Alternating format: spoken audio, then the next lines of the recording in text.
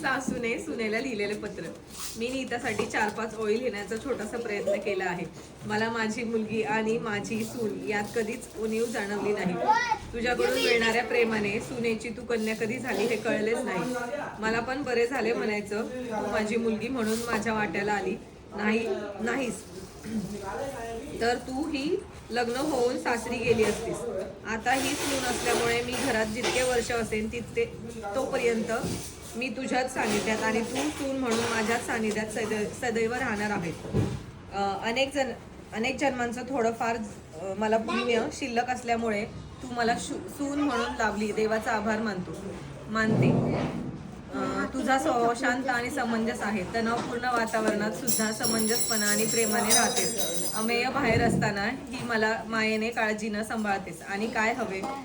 मला तुझ्या हाताचे चवदार अन्नामुळे तू सर्व नातेवाईकांमध्ये आपलंसं करून घेतलं. या खरंच अन्नपूर्ण आहेस. जीवनामध्ये किती गरजेचं आहे, त्यामुळे सर्व तुझे कौतुक करतात. खरं सांगू का, तेव्हा मला माझा अभिमान वाटतो. किती लिहू आणि काय लिहू मी तुझ्यासाठी. धन्य झाले.